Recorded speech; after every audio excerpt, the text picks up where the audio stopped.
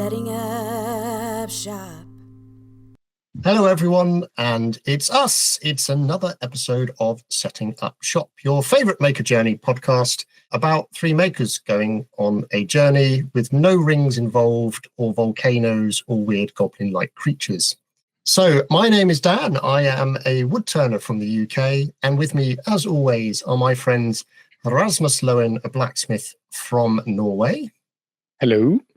And Heidi Jacobs, a potter from the States. Hey there.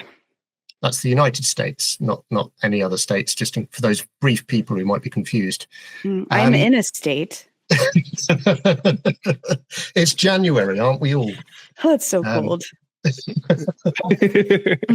Well, hello, everyone, and we are grateful for you tuning in again to us, and hopefully you are pleasantly surprised because we've got a new season out so soon after the last one finished, and that is one of our things to try and do a lot more, try and be more regular for you good folks, to be the fibre of your audio diet, as it were, and to carry on keeping things going. I'll let those sink in for a little bit, the random British humour. So this episode, we're going to talk about milestones. And it was pointed out before the episode that it can be very difficult to understand what the difference is between a milestone and a goal. I'm not going to look up the dictionary definitions, even though that would probably be really, really intelligent and clever thing to do. In fact, yeah, I am just going to Google that now, actually. Talk amongst yourselves. No, this is excellent audio content. Have you made sure you've got the typing of my keyboard? Clickety, clickety. We can call the segment "Old Man on the Internet." He's just like slamming the keyboard with all of the meat of his hand. Okay, so a milestone is a significant stage or event in the development of something. You got that? Significant stage or event in the development or something. A goal is typically when a ball or puck goes between two posts. Sorry, second definition is the object of a person's ambition or effort, an aim or a desired result. So goals are something where you set a target for some point in the future. We've spoken in previous episodes about SMART objectives and all that kind of stuff. So it's a specific thing. It can be measured. It can be active. You can time exactly when it's going to happen. You can say, oh, my goal this year is to hit X amount of sales, or to make this much money, or to make this many types of things, or have some more time to myself, free up some more time to actually have some mental chill out time or play time in the workshop, whatever the goal may be. Whereas a milestone, particularly those who use social media will be a lot more familiar with this. It can be things like, I've hit X number of 100 or 1,000 followers. So it's something that will happen over time that you may not have necessarily sat down and written out and said, I want to achieve this at this point. So we're going to start off by using the podcast itself as an example, as a bit of a almost shameless plug. So at this moment of time in recording, the social media Instagram page for Setting Up Shop has 200 followers. We are well aware that between the three of us alone, we're probably 15 to 20 of those followers. We're not pretending at any point that all of those are fully organic growth. We totally understand. But the average amount of listens to the podcast per episode is about 50 people. So there's clearly a disparity there. What we would like to see, we could say our goal this year is to increase those numbers. That would be a goal, and we'd go out of our way to achieve all of that. And that'd be a primary focus. But the milestone element of it is, the milestone would be, you hit 500 followers on the social media and you hit 100 people listening to every episode. Okay. Whether or not that clears that up for you, I'm not entirely sure. But on a side note to that, it would be really lovely if those two things happened. Oh, yeah. The more we get people listening to the podcast, that's the important thing. We're not worried so much about the numbers on Instagram. The numbers could stay at 200 for the next 5 years. As long as the amount of people listening to the podcast goes up, we'd be happy. And we appreciate as well the people who have already commented back or sent us personal messages and stuff. There's not many of you, but that doesn't mean that it's not important. We are grateful for all your comments and your shares and your likes and posts to stories. even if I, as the social media person, managed to get your first name wrong when resharing the story, for which I can only be apologetic. As has been stated by Heidi, old man, fat hands. Yeah. How's that for ASMR? It's amazing. I was just wondering which kung fu movie I was in. Oh yeah. So Raz, we'll start with yourself. As you briefly alluded to beforehand, what would be a milestone for you? Well, And this is have you? Sorry, let's backpedal a little bit. Let me rephrase the question. Sorry. Do you have any milestones that are kind of at the back of your mind you're not consciously working towards? And have you had any milestones possibly recently actualized for you? as we were talking to the subject, I realized that, oh, a cool thing happened last week. And I didn't plan for that. I didn't have that on my milestone list. It wasn't a big goal or anything. But I got an invitation to attend basically a craft market, a blacksmithing market in Sweden, because of sort of the shop I have built up until now. Okay. And I realized that, oh, that's really cool. But I didn't think more of it like more than that. And I didn't have it as like something I really want to achieve. This is not a step towards a goal of being successful. It was just like, when it happened, I realized that, oh, yes, like this is really cool, actually. Yeah. Nice. So, Recognition. yeah, so that's it. So it's recognition of you and your craft and what you're gifting to the craft has then been manifested in a invitation to an event. Yeah. Good word. Manifested. I was just thinking back to actually milestones are probably in some ways best thought of as points of joy across your journey.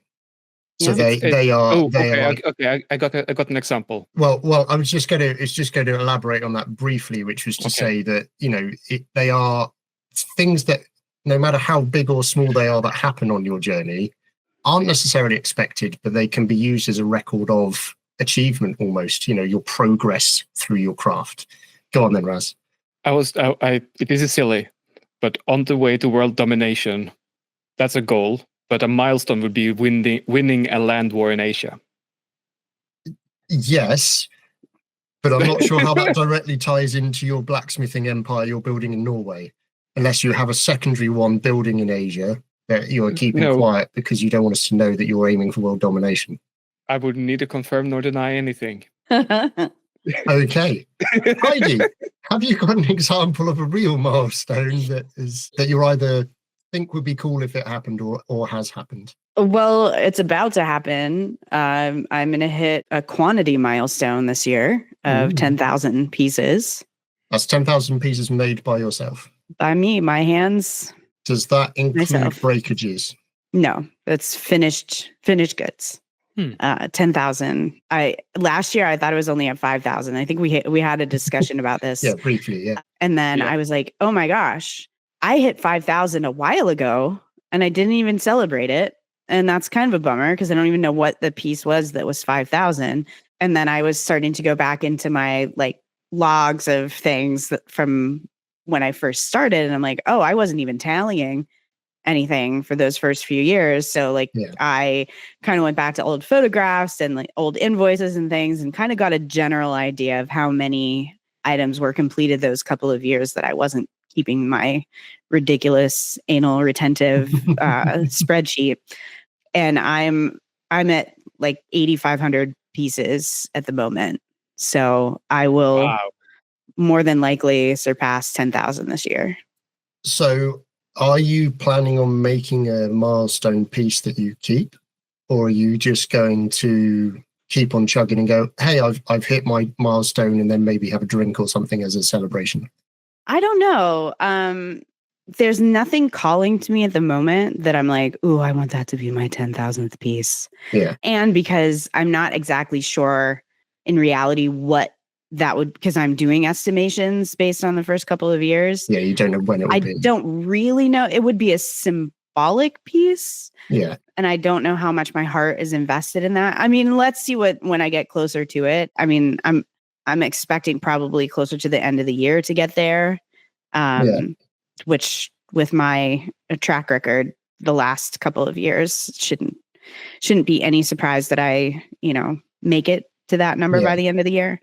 But I don't know. Depends We'll on see. health and other things, doesn't it? Yeah, we'll see how excited I get about it. If I get really excited, we'll do a celebration and I'll make a specific piece and I'll design it and be really ridiculous about it. But if I'm just kind of like in production mode and I'm like, yeah, that's great. It'll just be yeah, that's great moment. Kind of like the 5,000. I feel like 5,000 was a huge milestone and I didn't even know. Cool. It's an interesting take, isn't it? Because I'm not sure what I would do either if I actually started keeping metrics, because I would overanalyze it. Unlike me, I know I would overanalyze it anyway. It's like, do you go by every piece you make, or do you separate it out into ones that because you've got commission individual pieces, you've got ones that are batches that you make for yourself, and you've got wholesale goods and whatever. And it's like, do you include literally everything you make? Because in which case, do I include stuff that I demo at a wood turning demo, or do I ignore those? Well, that's just it. Is it did an you item finish that is, it? Yeah, did I finish it? More often than not at a demo, no. Mm-hmm. So, yeah, I mean, I've got a ton of pieces that are just greenware that I didn't count. Yeah, I have a lot of different columns because I like statistics and data, and we all know that, and I say that every episode. But in my spreadsheet, I have a column that's how many pieces were bisque fired. And then I have a column that's how many pieces were glazed fired. And then within the spreadsheet, as you move over to the right, it's how many are mugs, how many are this particular mug, how many pieces are bowls, how many pieces are plates, how many pieces are like mini cups. I get more ridiculous every year with what I'm willing to do to my brain.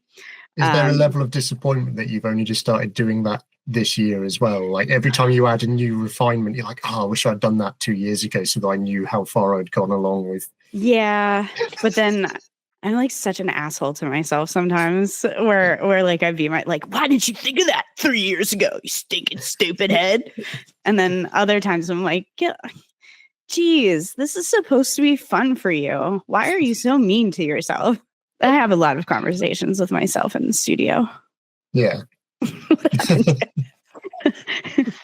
Yeah, no, it's an interesting thing, isn't it? Because as we were saying, so a milestone is not a goal. It's not something, oh yeah, well, if I just do a bit more of this, I'll get to this.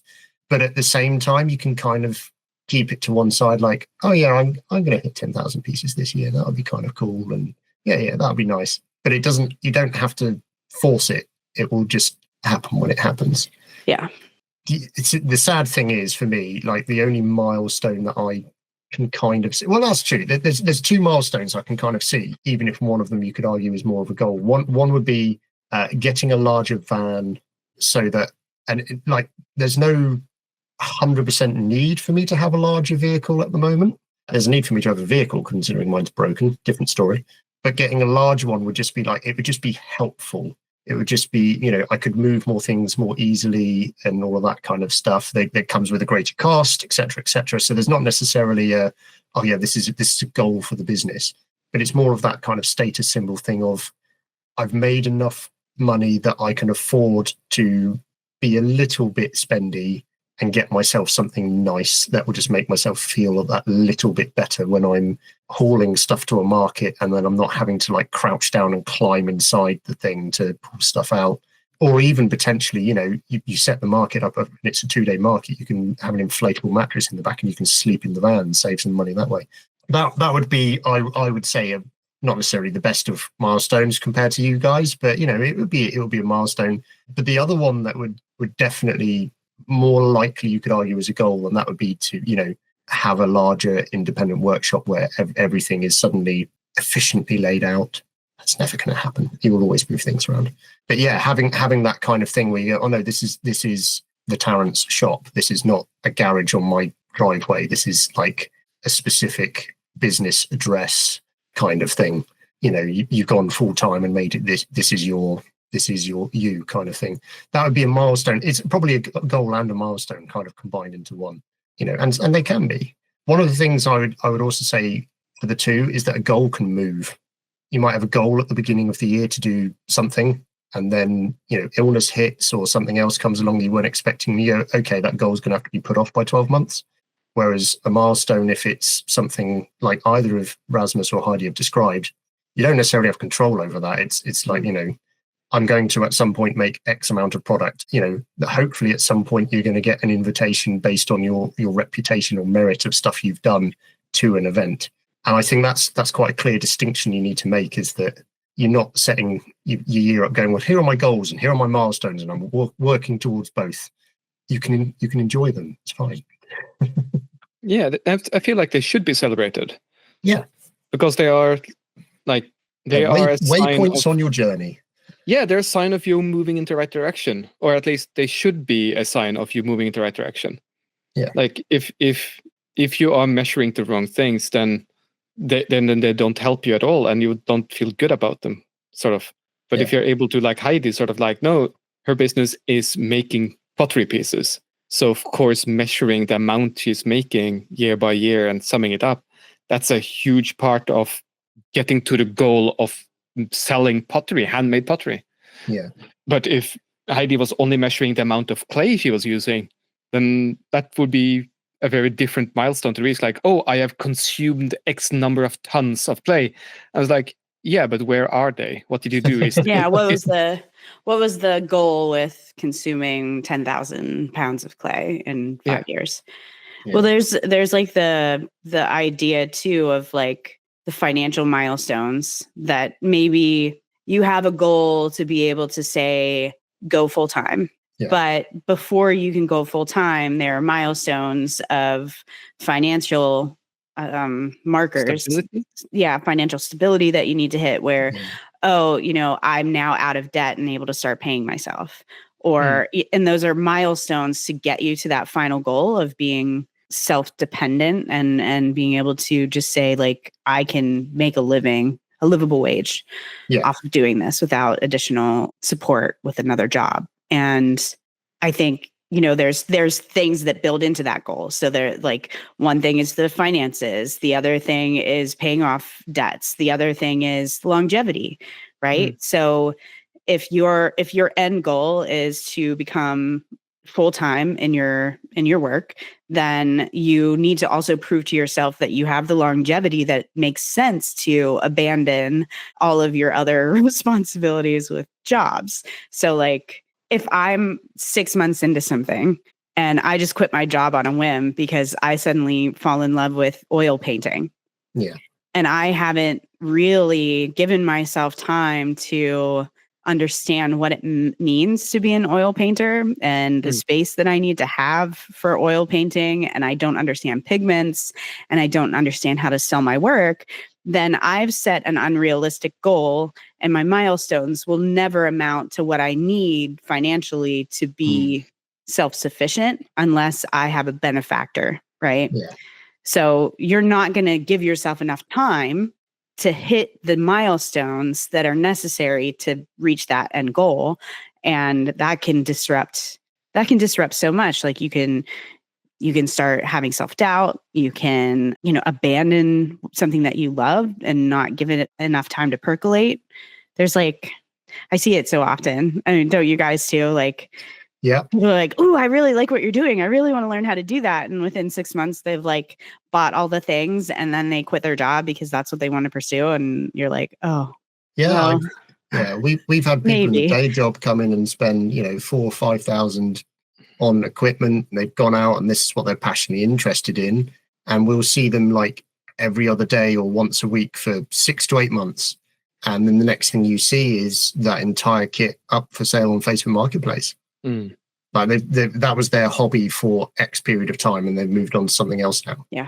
Or it was, it was really ticking boxes for them some way or shape or form, and then something happened. They suddenly went, oh no, this is just a hobby. Or, or as, all three of us can attest to, or certainly myself and Raz, possibly not so much with Heidi, there's an option for it. The way we create is lonely. Like, theoretically, whilst you're throwing at a wheel, you could probably have a conversation with another person throwing at a wheel if you were good enough to be able to split your brain and not lose concentration. Yeah. But inherently, the way that Rasmus and I create is too noisy to do that. And you certainly don't want to be distracted whilst striking hot metal or turning something on a lathe. Yeah. So the mental strength required to shift from, oh, I'm going to spend 4 hours at a weekend doing that, or 1 day at a weekend doing that, or 6 hours a week, or whatever it is, to then going, this is my 9 till 5 job. And reality being is I'm going to get maybe 5 hours in the workshop a day, which I'll have to do to generate my product. And I've got the financial responsibility I've got to deal with, and I've got to be a web designer, and I've got to deal with clients, and I've got to do quotations, and I've got no one to bounce ideas off unless I create a friendship circle and allocate some time for it. And I've then got my family to interact with if I've got one. Right. There's a huge mental shift there that we possibly haven't gone into great detail on in the podcast. I think we've touched on little bits of it, but that genuine thing of you want to go full time in a job on your own, that is quite a solitary thing. Hopefully you don't live in a remote area and, you're able to like have some form of social interaction. Even to those of you out there who are going, oh, I'm an introvert, it's okay. It's not okay. Honestly, like it can be really bad. you need to have a lot of variety to stop your brain from going to places that you don't want to, like you can end up on a downward spiral quite quickly, and it can be as little as one person saying, oh, I didn't really like that. That one product you made that wasn't even necessarily specifically for them. Yeah. It can affect you a lot more than it should, because you don't realize that your mental place is not where it should be. But we're not talking about that this episode. That'll be for a future episode, so you will have to stay tuned. I do like something that you hit on there when it comes to learning, because I think taking certain classes and even just like pushing yourself to try a new skill, maybe it's adjacent to your main thing that you're working on, but those can be milestones too, of like, oh, I just unlocked this new skill for myself, or this new knowledge because I did some experimenting, or I took a class, or I invited a friend over. It was kind of like along those things. And they tried something and I was like, holy shit, I didn't know you could do that. Let's do more of it. Those things are milestones as well that build you into either better product development, better processes. And, those things stack as well into, your ultimate goals of being self-sustained, or, growing your business to where you can have a separate studio, or, all those things. Yeah, I was going to go back to it's the old adage. I'm fairly sure it's Japanese, but please, in the comments or whatever, guys, tell us that we're wrong and correct us. But the whole thing of, to become an expert, you need to have 10,000 hours. So that idea of doing 10,000 hours at one thing would then mean you have reached like a master level. And I was thinking about this from the point of view of all three of our crafts. Like, Rasmus, do you count the 10,000 hours of creating things out of metal, or do you have to say, no, I can only call myself a master bladesmith or axe maker if I have made 10,000 hours worth of blades or axes? Mm-hmm. Are you a generalist or a specialist? Yeah, right? like, are you a master blacksmith if you've done 10,000 hours of blacksmithing, but all you've done fence railings and like bottle openers? Or do you have to? Do you see what I'm saying? It's like, it can be such a thing. And I've tried in the past to work out, well, like realistically, how long does it take to reach 10,000 hours? And when you do the maths, it's we're talking years, because if you average it out and say, out of a 365-day year or 52-week year, you've got to knock off holiday weeks. You're only going to be working, if we ignore Rasmus for his over the top working ethic, which has slowed down a bit since he's got a girlfriend. If you do it on a 36-hour week, but actually realistically, it's probably going to be more like a 30-hour week, or maybe even a 28-hour week. 1,000. How many 28s go into 1,000? I can never remember which way around to do the maths. But you're talking quite a long time, and none of us as craftspeople, certainly not at the beginning, are going to have the time to give 20 to 25 hours a week solidly working on our craft, even if you're a professional. And I'm not trying to depress people and go, what's the point and why bother starting? What I'm getting at is the milestone can be your first 1,000 hours creating. And the reason why I'm looking at it that way is because the only way you get better at a craft is through repetition and then exploration. the creative side of it is fantastic. But if you want to get better at a particular type of stitch or a particular type of product being made, the particular way something's thrown or a technique is applied, you can't do it just once and then go, oh, well, that didn't work. Or, oh, I'm now amazing at this because you happen to do it just the right way. You have to do it quite a few times. And then I had a follow-on from that was going to be really profound, but I got really excited and got distracted myself with the 10,000 hours. Mathing. Yeah. Have you guys worked it out yet? Because you have to factor in a lot. 24 years. Yeah, it's something like 20 to 24 years. Yeah. If you're working 5 days a week, 8-hour days. Yeah. 52 weeks in the year. Yeah, except you're never going to do 52 weeks. You're never going to. Because you're going to have at least 2 weeks a year holiday. It would take at least 24 years to reach that. So if you're one prone to take vacations and, take breaks during certain months, then you're looking at like maybe 30 years. Yeah. 30 years of practice. Can I destroy everything now? Yeah. Go on then, Raz. You've already hit Break it down. Break it down. No, this is just because, kind of like Heidi, I also keep track of a lot of stupid things just for the hell of it. And while you were talking now, I went back and looked at how much I worked last year. So I track my office hours, my hours in the forge, and the hours I spend doing other things for the business. Which, you guys make me feel really inadequate with what I track here. Can I just say this right now? So anyone else who's listening going, these guys are insane, I'm agreeing with you. I track literally nothing. Carry on. Thank you. And I also have a post for other, which sometimes is just driving around doing things. It is standing at markets, or it can be working editing this podcast. But last year, I spent a total of 2,150 hours working. Blacksmithing. And 1,300 of those were blacksmithing. They were in the forge. Okay. So if 10,000 hours is the metric, then for me, I might have done that already, because that's 7 years of my time. So 1,300 hours in the forge, though, is also going to include grinding, moving lumps of metal around, picking anvils up and putting them down again. There's a lot of that. Your standard weightlifting routine every morning of shifting things around. Mm-hmm. Not to detract from any of that at all. But no, that's a fair point. I haven't spent 10,000 hours doing one very specific thing yet. No. I'm very far from that. But it is fun to see like, oh, I have been blacksmithing now for coming up on 12 years. And I have been spending a lot of that time swinging a hammer. Yeah, it's been a lot of different things. It's been a lot of failure. It's been a lot of first attempts at learning. But then also it's kind of fun to realize that, oh, wait, just by distribution of the amount worked, then my average probably is close to 900,000 hours a year with a hammer in hand. Yeah.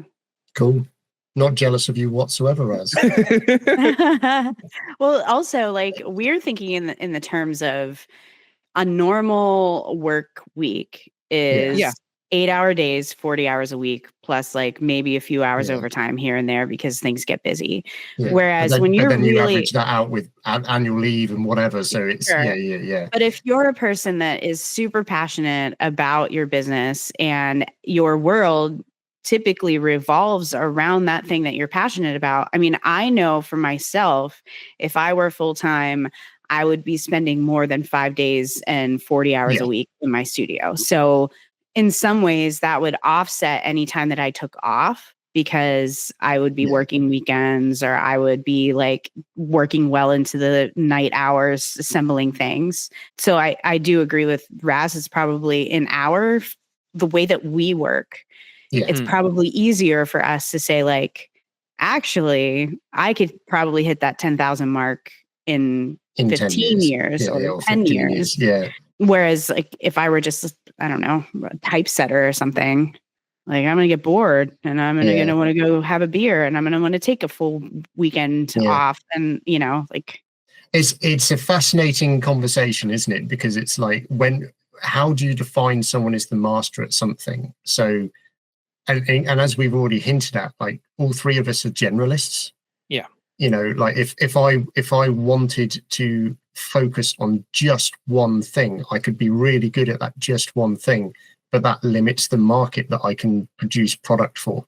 And I would say all 4 of the top woodturners in the UK that I respect and I follow their judgment. 3 of them have been professional woodturners full time for a long time. One of them has been definitely a professional woodturner for a long time, but his day job hasn't been fully woodturning for a lot of his time. But all 4 of them will accept such a wide variety of jobs. Like none of them will just do, oh no, I only make this one pattern or these 5 patterns of this one type of thing. But all of them, exactly as you guys have said, will be like, oh, in the workshop at 6 this morning because I've got a rush job on and I need to get these done. It's going to be a late one, probably a 12-hour day. You know, and these are guys who this is their full-time job.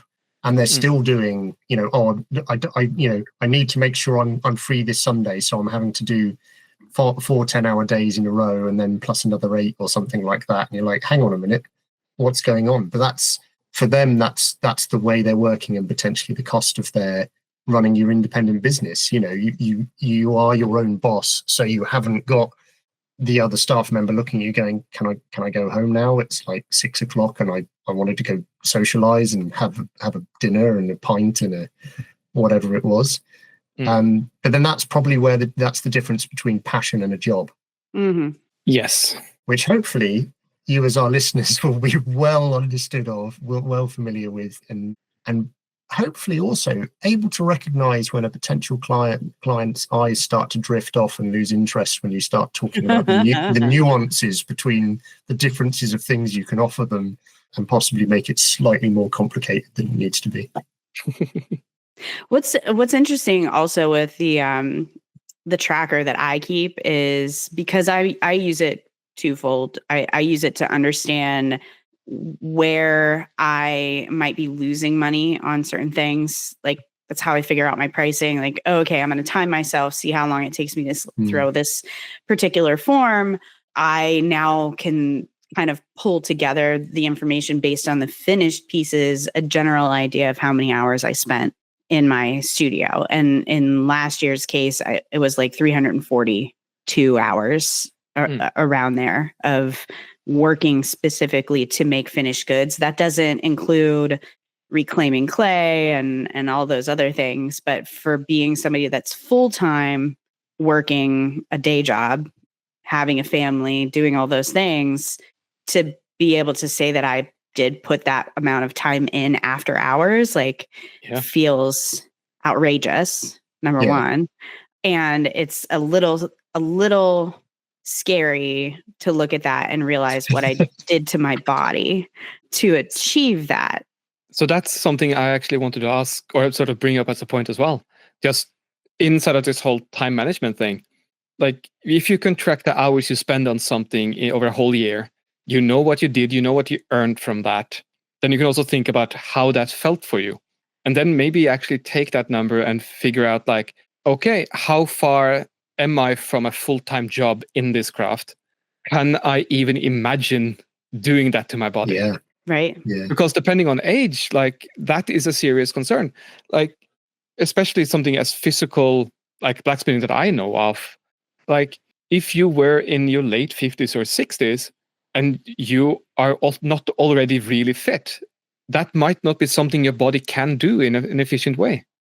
Yeah, I mean, that's definitely a concern, but I think there's also the other element of that, as I mentioned earlier, that you've got to consider that if you suddenly go full-time with a craft business again, you're not spending all that time just in your workshop making stuff.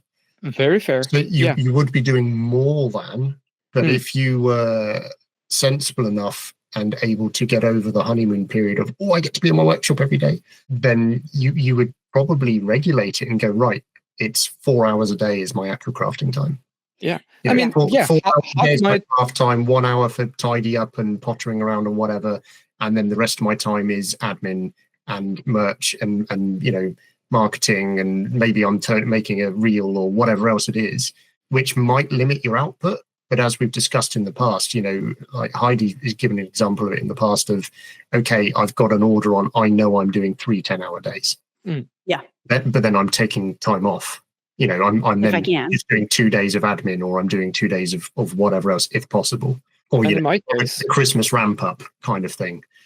And in my case there, like, I spend slightly more than half my time in the forge making something, or at least that is the only place I can go to be productive. I can't really make a lot of money from home, although we have talked about the book I'm writing and the digital plans that I have sold a few of and things like that. But like, I'm quote unquote not making any money from my craft from the computer. That's a bonus thing. That's a side hustle. I should track those hours too, kinda, but that's not why I got into the craft. Yeah, it's not the fun thing to log. Yeah, exactly. So, but it would be good to know, just like looking generally at like an office job. Say you were salaried, so you do the 40-hour work week. That's 2,080 hours that you're investing in your year, give or take vacation days. Now, what did you say your total was just with the forge? It was 900 hours or 1,000 hours? Ooh, yeah, I did 1,300 last year. So you did 1,300 hours just in the forge. Now you have to look at, okay, well, they're obviously... You could probably say another 1,300 hours. You could probably say, another 1,300 hours of all of the other accessory to your forge time that you're spending. But I digress, because it's not really, I mean, those things are milestones, but like we're getting a little into the weeds there, I think. Sorry. That's right. It's kind of, I think it's interesting. I think it's definitely, but I think going back to the point you made just now, Raz, about absolutely you need to consider the toll on the physical body, and I think you mentioned it as well, Heidi, and it is something if people are considering, I want to maybe go part-time on the day job and then go part-time on the other thing, or full-time, or whatever it is, the physical and mental difference is a lot. And I'm desperately not trying to put people off from giving it a go. I've not had the courage to do it yet, and financially it's not at a place where I could anyway, but there is a huge difference between having a bit of fun in the workshop, maybe 10 to 15 hours a week if you're lucky, and making some stuff and selling it in markets and growing a business, and then doing it full time. But we can flip that around again, though. Like in my case, doing the digital plans, writing the books, that's not actually really a part of my business model. The book hopefully could be when it's finished, but I can't budget for time. Well, the book's almost your hobby, isn't it? Yeah, it's kind of so random. Ironically, you're a hobby author. I think of you less now. Don't tell John, please. John. He's going to listen. He's one of our few Patreons. John's not a hobby writer. He is a real writer. No, he used to be a writer. Now he's an editor. You're digging a hole. You want to put it in your book. You're like, his rate's going way up now. Hobby writer. Never mind. Okay, moving on. I'm going to make you a shirt that says full-time blacksmith, hobby writer. You guys have given me an idea. Okay, good. And this will sound really ridiculous, but this is through laziness, and therefore is theoretically efficient. I am tempted to see how much it would be to get a digital clocking in and out device on my workshop. You can do that on your cell phone. You probably can. I wouldn't know. Yeah, there's an app for that. Or do you want like an old school punch clock? You want like a chonk chonk? I need the I don't want a punch clock, but I need the physical thing of like I'm at work. It's the mental shift. Oh, okay. I'm clocking in. You're tricking your psychology. Yeah. Rather than, I'm just going out to the workshop to grab some stuff to do something in the house. Mm-hmm. Like I want that thing of, no, I'm swiping in, or I'm tapping a fob, or whatever it is. I'm now in work mode. It's psychology trigger. And then I'm clocking out. I'm off to do a thing. That might actually genuinely be something that I might have to look into if it's not ridiculously expensive. I like that idea, actually. I do. Because it'd be easier, and then it could still feed to an app. It can still feed to like a spreadsheet or whatever, but I can then just monthly look at it, or end of the year look at it, kind of thing. And then depress myself like you guys sometimes do with how low some of the figures are. Oh, yeah. So just a little bit about that. I use Google Maps to keep track of my hours because I commute to work. Granted, it's 15 minutes drive on a good day. But that gives me sort of the Google timeline of saying like, oh, you went to your car, you went to the workshop, you were there, and then you're not. So it's like, cool. I don't need to actually keep track of all that much. Like specifically, I can sit down at the end of the day, end of the week almost, and say like, okay, I were in the forge these hours. Ideally, I have a good idea about how productive I were. I actually try to keep it like a work diary, writing down like the clocking in, the clocking out time, what I did, what happened, if anything. It was snowing again today. Didn't like I don't it. write that. It Captain's snows all the log. time. Law date 2043. As long as you don't we've start your massively, captain's log. we've massively strayed away from our original topic of conversation, but it's been a fun diversion. Several of them, in fact, I think. My original point that got digressed severely. Sorry.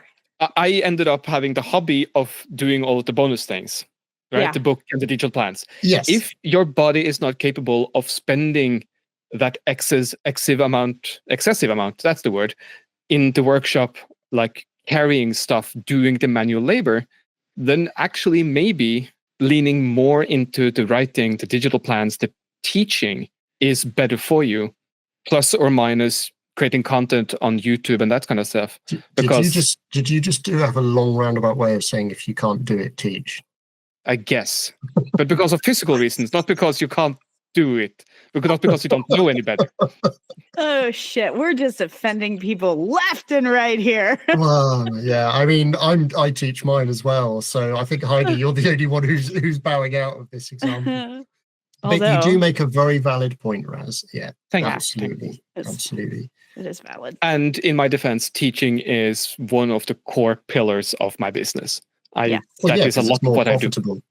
It is, and it's fun. It's also helped sharing the craft and keeping it alive and all of that. It also checks that box of social experiences. Yeah, it does. It does.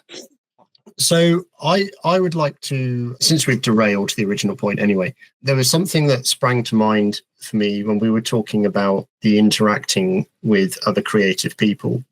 This isn't an exercise that I've consciously done, but I think I've had conversations like this in various formats.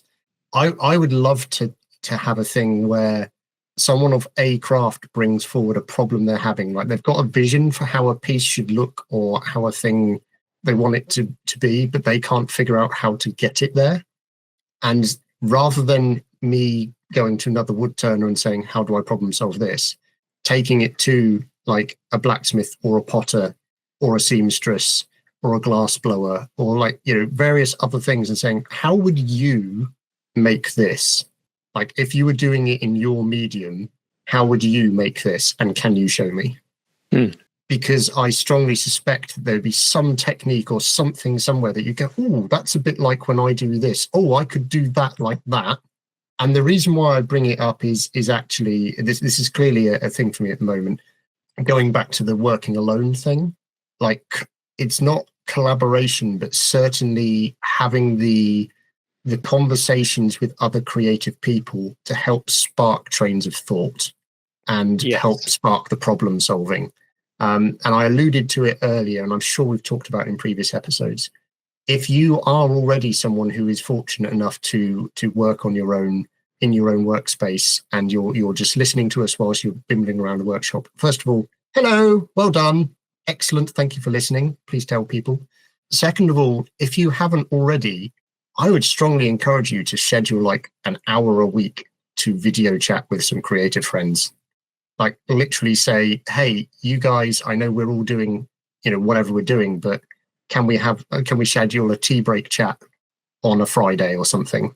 And literally just sit there, and it can either be a catch up about random stuff, or maybe it will be I'm struggling with this particular thing I'm making. Has anyone got any ideas? Because I think you'll find it as valuable as I do coming and talking to these guys.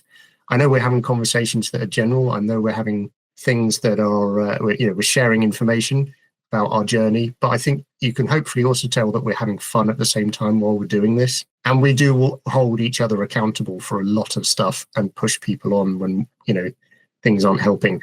And we're recording this still in January. I'm pretty sure this episode will come out not long after, if not near the end, can't remember. And it's a tricky month for a lot of creative people for many, many different reasons.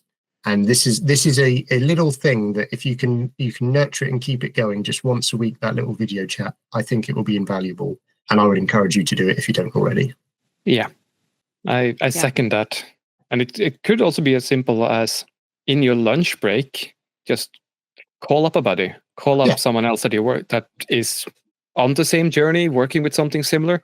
Maybe just to talk to a human being about your day, what happened, or to problem solve something or get inspiration. All of that is valid. Doesn't need to be big or formal. It's just someone. Yeah, but make sure it's someone real and not an AI voice generator. Like me? No one could AI generate your accent, In case we didn't know, most of Norway is AI. No, it's Skyrim. Most of Norway is Skyrim. Oh, yeah. Oh, yeah, you get those two confused. Yeah.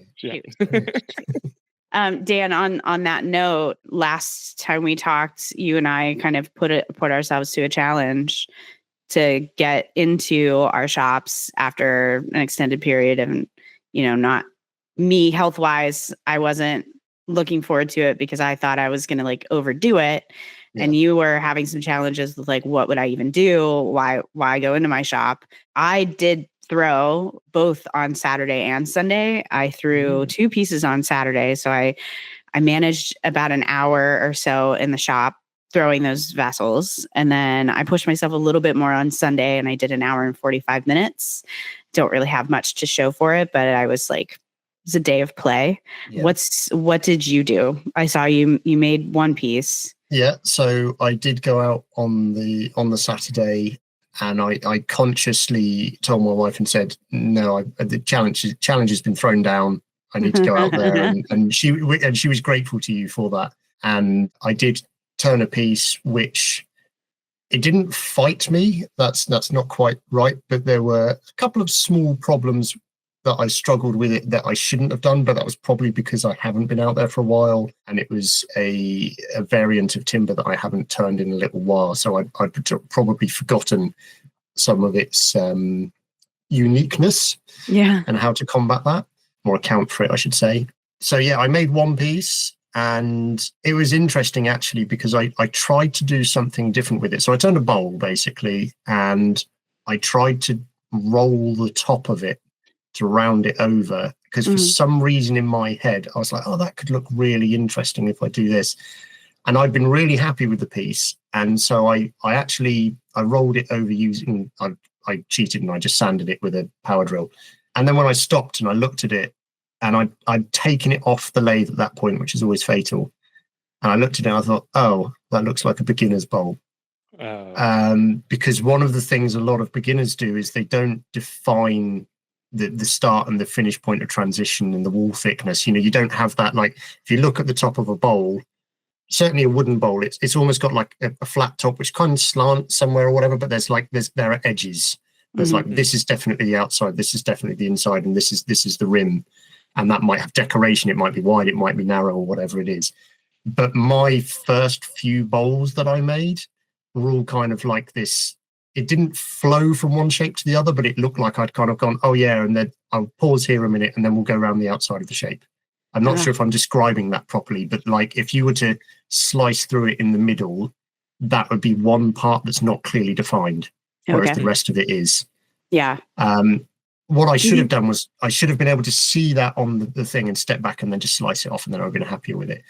But I allowed that to put me off from... At that point, I had to go in. There was stuff we needed to do. But I then didn't go back out the next day because I allowed that to annoy me, and I allowed it to be an excuse to not go out and do anything else. Yeah. So I'm frustrated at myself for that. But we absolutely will share the images on social media when the first episode's dropping. So hopefully if you haven't seen them already, it's because you're not part of our 200 people. So you should follow and subscribe to our Instagram page, and you'll hopefully see those images. So yeah, so it was interesting because you did push me to go out there, and it was great. But I then learned that little bit about myself, about feeling like I'd stepped backwards a little bit, and therefore it messed with my head a little bit. So it wasn't a negative thing to go out. Absolutely wasn't. It was a good thing to go out. Yeah. I just need to push past that point and go out and make some more things. I haven't got an excuse this weekend because I need to make some prototypes for a commission that I thought was due mid-February, and the guys moved the goalpost and said no, he needs it within 2 weeks from now. So I need to do some prototypes this weekend, deliver them Monday, and then I've potentially got 30 small matching things to make within a week. So that'll be fine. But Rasmus also went out and he made a thing as well. He made a knife. Yeah. So slightly more context, which is also an accidental milestone. I realized I hit and are doing a lot more of this summer, this next 6 months. I had the first guest teacher come in and teach a class in my workshop this weekend. That looked like fun. Which was basically a moment of realization in mid-December of saying like, oh shit, I don't have the time to properly prepare for this class. Let me call an old friend of mine that is excellent at this specific thing and ask if he wants to come and teach the class for me. And luckily, he was able to do that, because then I could go on vacation and relax instead of having to cut that short and run back to the forge and do all of the prep work. So I felt good about this.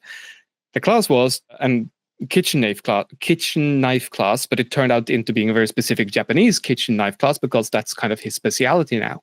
The fun thing is he took his first blacksmithing class with me nearly 7 years ago. And now he comes back and he schools me absolutely on how to make kitchen knives. And I kind of love because he's specialized. Because because he is specialized. And that was kind of fantastic. And we chased all the students out at the end of the day, and then we had a bit of a play. So because I was more assisting with the class, I didn't make a knife for myself while he was teaching. I was more running around taking care of a few other things. So after class, we sort of like, okay, we have this scrap bit that because we started with too much material and then we had chunks off. Let me see what I can do from this bit. And it was barely enough to make a knife out of, but it was also like just the perfect amount when you know how to do it. So after having him guide me through it, I made my first proper Japanese kitchen knife, a Kyoto style for the nerdy people out there. Love it. So yeah, and then yesterday I took the other scrap bit we had and I made another one, which looks horrendous without his help, but it's also big enough so I can grind it back and make it look very similar. That's so great. I love you guys. It's so good. So good. It's good fun. It's good fun to challenge each other in that way and kind of, and as I say, you know, we use the phrase a lot, but hold each other accountable and kind of move it along.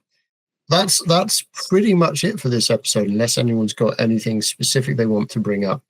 We did talk about milestones briefly. It is something to be aware of, and it is something to celebrate. Celebrate those points of joy along your journey.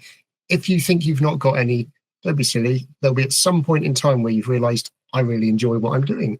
Hey, someone might buy this. Oh, someone is willing to buy this. Oh, they're willing to actually give me more than I thought they would. All of those things are milestones, you know, and they will just keep coming if you keep on at your craft. We hope you do. We hope you enjoy what we're doing here. I'm going to keep teasing. We had a brief conversation before this episode started about merchandise. We've already got some designs up together. Nothing groundbreaking at the moment, but we will let you know when we're going to launch the merchandise site so that you can crash it within seconds with this vast amount of you who are going to go on there and purchase all of the things. But we need to do some testing of that and get some samples to each other first so we can rep our merch and also see what the quality is like. But in the meantime, please listen to the back catalogue if you haven't already, or if you have, listen to it again. Please tell some friends about it. Introduce us to other people. In all honesty, the best thing you can do for us to get our milestones hit is to tell other people about us and to rate us on whatever app you're using. You can do it on Spotify as long as you've listened to at least 2 episodes. You can do it on Apple Music, all of those places. It's free to do. If you don't like the podcast, you won't have listened through to it this far, so it doesn't matter, so you don't need to leave a review. But please, it would be helpful. I don't want to sound like I'm begging, because I'm not. We're going to carry on at the moment.